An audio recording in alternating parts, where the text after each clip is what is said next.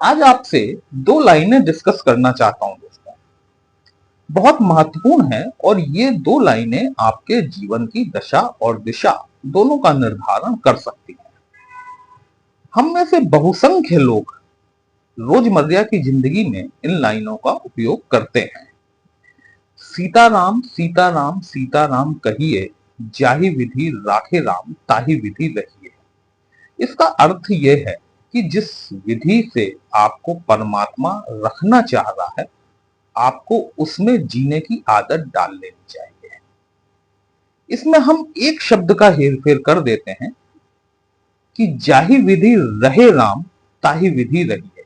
वहां पर क्या था कि जाहि विधि राखे राम ताहि विधि रहिए, यहां पर है कि जाहि विधि रहे राम ताहि विधि रहिए। यहां से आपकी दशा और दिशा दोनों बदल जाएगी, क्योंकि इस लाइन में जो वर्णन श्री राम का समाया हुआ है, वो वर्णन आपके जीवन की दशा बदल सकता है, दिशा बदल सकता है। ये उन श्री राम को वर्णित करता है जो तब भगवान नहीं बने थे, तब वो राजा भी नहीं बने थे, और एक तरह से देखा जाए तो उस राजकुमार का जीवन बिता रहे थे जो कि वनवासी थे।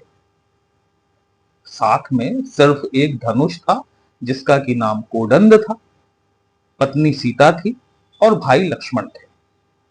सीता का हरण कर लिया गया उस व्यक्ति के द्वारा जो कि सप्तद्वीपाधिपति रावण के नाम से जाना जाता था। धरती पर चलता था तो धरती भूकंप आ जाता था। जब अट्टहास करता था तो दशों दिशाएं प्रकंपित होकर हो जाती थी। नव ग्रहों को जिसने अपने बंधन में बांध रखा था, शनि पर पैर रखकर बैठता था। मृत्यु भी उसके आदेश की प्रतीक्षा में रहती थी। ऐसे रावण से श्री राम जब युद्ध के लिए निकले तो उनके पास कोई संसाधन नहीं थे, लेकिन उन्होंने कभी इस बात का प्रलाप नहीं किया, इस बात का कभी रोना नहीं रोया कि मेरे पास में सेना नहीं है, मेरे पास में हथियार नहीं है, मेरे पास में मैं कैसे लड़ूंगा, मैं कैसे सीता को वापस लाऊंगा। उपलब्ध संसाधनों से उन्होंने शुरुआत की। जब शुरुआत की तो नर मिले, वानर मिले, भालू मिले, सुग्रीव मिले, हनुमान जी मिले, अंत में विभीषण भी मिले, नल नील मिले। एक कारवां बना और उन्होंने वो विजय कथा लिखी जिसको कि आज हम रामायण और रामचरितमानस के नाम से हम आज भी जिसका पठन पाठन करते हैं। शनिदेव आपकी राशि के लग्नेश होते हैं, तो इस बात को आपको निश्चित तौर पर मान लेना चाहिए कि जीवन में जो भी कुछ आपको मिलेगा वो बिना संघर्षों के नहीं मिलेगा। शनिदेव आपको उस समय तक किसी भी चीज के लिए तरसाएंगे जब तक कि आपकी उस वस्तु को पाने की इच्छा खत्म ना हो जाए। तो क्या अब जाहि विधि राखे राम पर आप चलना चाहते हैं? यदि जाहि विधि राखे राम पर आप चलना चाहते हैं तो ये वीडियो यहीं तक था आपके लिए। लेकिन आप यदि जाहि विधि रहे राम पर चलना चाहते हैं, संसाधनों का उपयोग करना चाहते हैं जो कि लिमिटेड है, सीमित है, और जब आप उन्हीं लिमिटेड और सीमित संसाधनों का उपयोग करके जीवन में सफल होते हैं, तभी लोग आपको, समाज आपको बरसों बरस तक याद रख पाता है। अगस्त 2026 काफी महत्वपूर्ण है।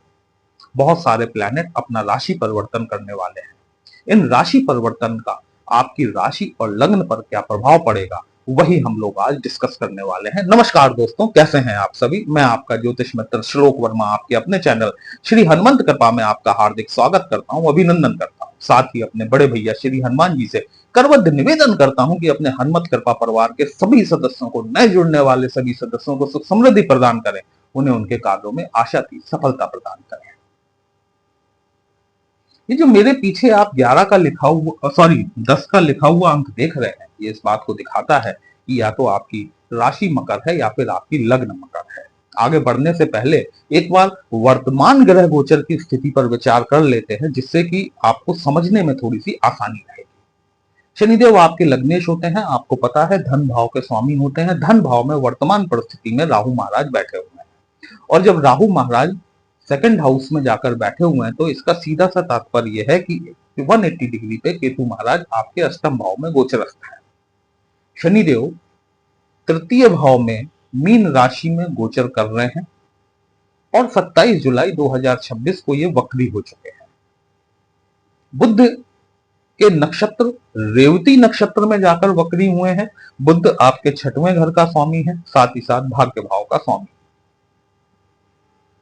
मंगल महाराज जो कि आपकी पत्रिका में चतुर्थ भाव के स्वामी होते हैं, एकादश भाव के स्वामी होते हैं, वर्तमान में आपके पंचम भाव में शुक्र की राशि वृषभ राशि में गोचर कर रहे हैं। बुध महाराज अपनी ही राशि में वक्री स्थिति में गोचर कर रहे हैं। 7th हाउस में आपके कर्क राशि आती है, जहां पर कि सूर्य और गुरुदेव विद्यमान है। अब जो 1 अगस्त 2026 के दिन पहला राशि परिवर्तन होगा वो ये होगा कि शुक्र महाराज अपना राशि परिवर्तन करेंगे। ये शुक्र जो है ना, ये आपकी पत्रिका में अष्टम भाव जो है, यहाँ पर सूर्य की राशि आती है सिंह राशि।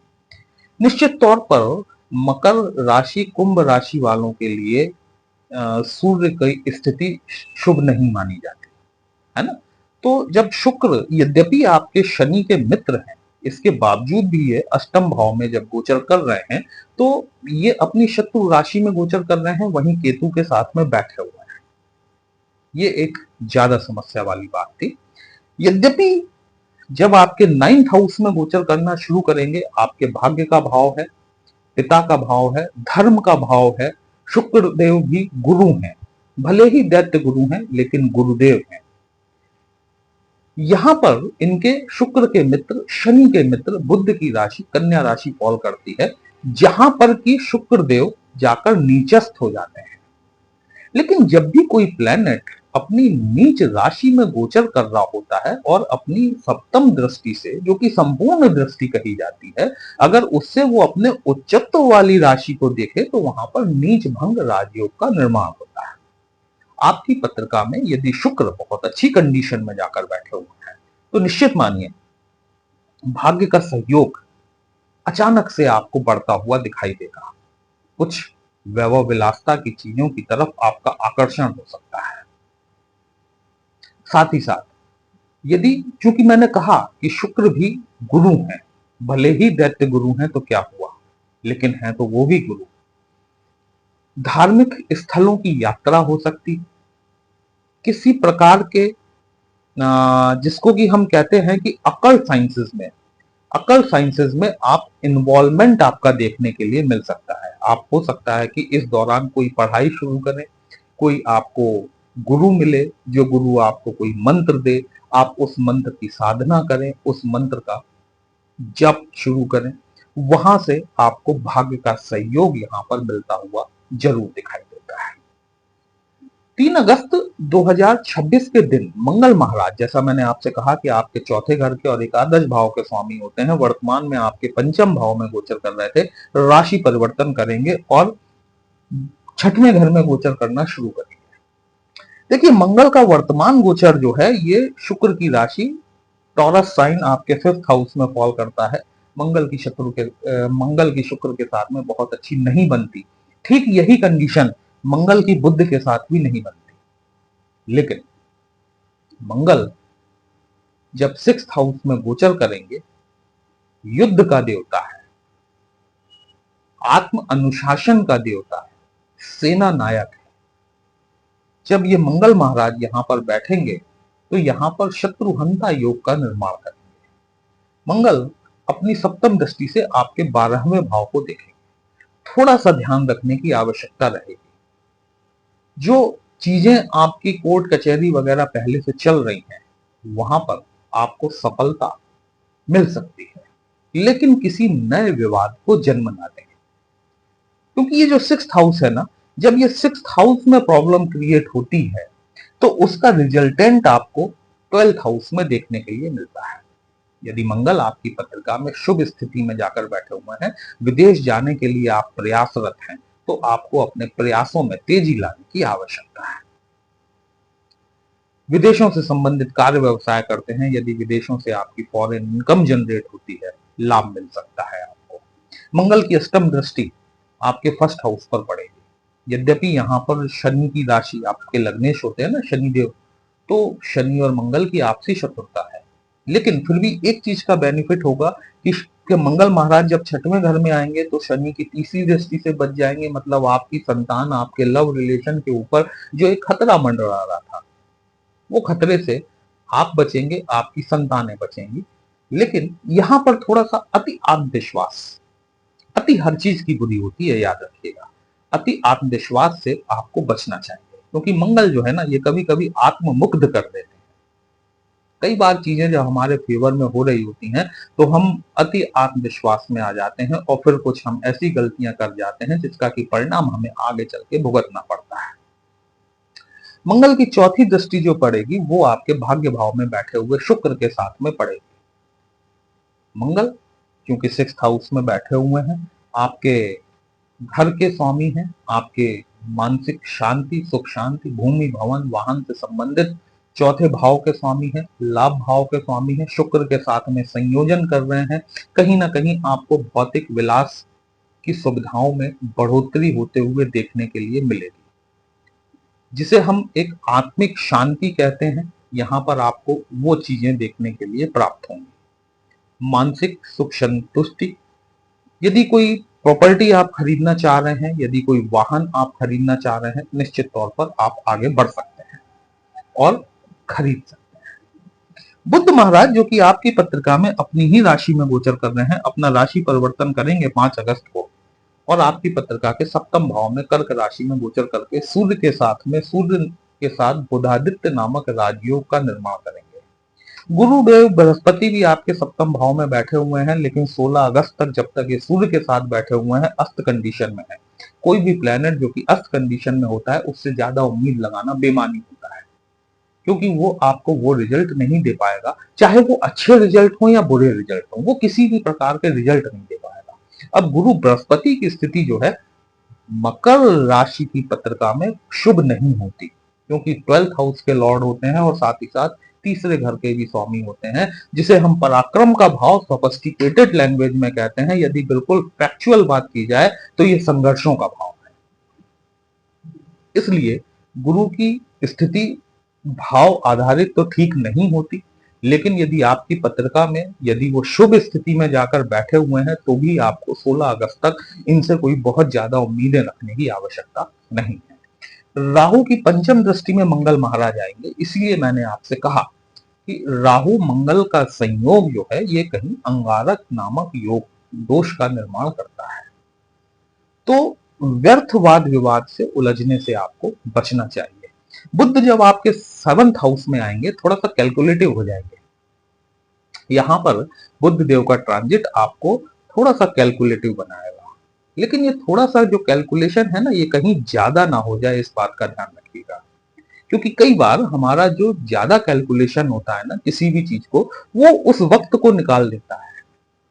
7th हाउस आपके दाम्पत्य जीवन का है, 7th हाउस आपके बिजनेस पार्टनरशिप का है। बहुत अच्छा संयोग बनता हुआ दिखाई दे रहा है कि ये आपके 6वें घर का स्वामी सप्तम भाव में जाकर बैठ रहा है।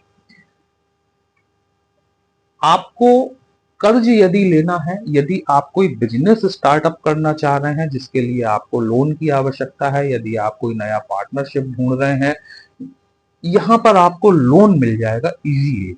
यदि आप प्रयास करते हैं तो यहां पर आपको कर्ज मिल सकता है। यदि आप बिजनेस का एक्सपेंशन करना चाह रहे हैं, वो एक्सपेंशन हो सकता है। साथ ही साथ दाम्पत्य जीवन में कुछ मतभेद हो सकता है जीवन साथी के साथ में, क्योंकि मंगल की दृष्टि आपके 1st हाउस पर पड़ रही है। इस बात को समझिएगा, मंगल की दृष्टि आपके 1st हाउस पर पड़ रही है। थोड़ा सा ओवर कॉन्फिडेंस के चलते हुए, और 6वें घर का स्वामी 7th हाउस में जा रहा है, दाम्पत्य जीवन में थोड़ी बहुत उठापटक यहां पर देखने के लिए मिलती है।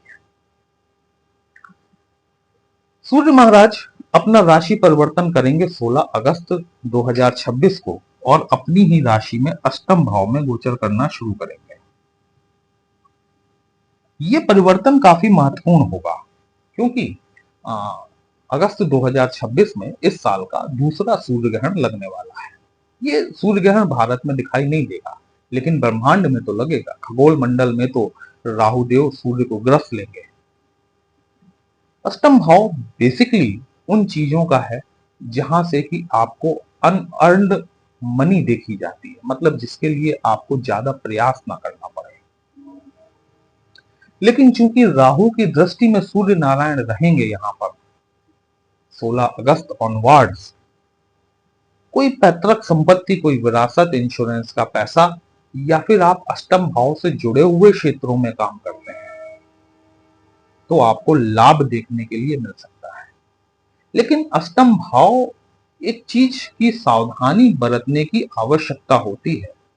ये इजी पैसा तो दिला देता है, मतलब ऐसा पैसा जिसके लिए कि ज्यादा मेहनत ना करनी पड़े, लेकिन उसके बाद भी कई बार आपने देखा होगा कि बहुत से लोग कोई आदमी बैंकरप्ट हो गया किसी कारणवश, है ना, और उसकी प्रॉपर्टी का ऑक्शन हो रहा है, बैंक उसको ऑक्शन में निकाल देता है। कई लोग इस प्रॉपर्टी को खरीद लेते हैं, भाई 10 करोड़ की चीज है, 50 करोड़ की चीज है, 5 करोड़ में मिल लेगी, इससे अच्छा मुनाफा का सौदा क्या हो सकता है। तो ये अष्टम भाव जागृत होता है। लेकिन जब ये अष्टम भाव जागृत होता है और यदि इसके प्रयोग में हमने सावधानी नहीं बरती तो यही अष्टम भाव जीवन की दिशा रोक देता है, दशा बदल देता है, लोगों की वंश वृद्धि तक रुक जाती है।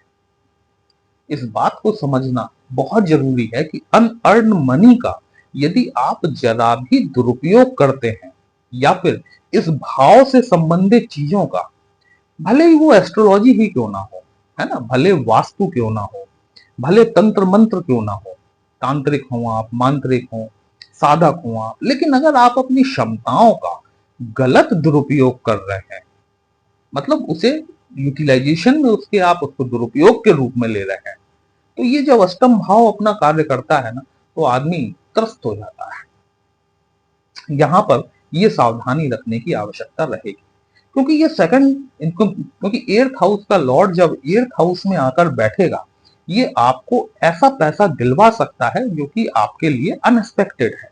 अगर आप किसी ऐसे जॉब में हैं जहां से कि आपको टेबल के नीचे से इनकम प्राप्त होती है, बढ़ती हुई देखने के लिए मिलेगी, लेकिन यहाँ पर उस राहु ग्रहण लगा रहे हैं, ये ग्रहण बहुत सावधानी बरतने की आवश्यकता है।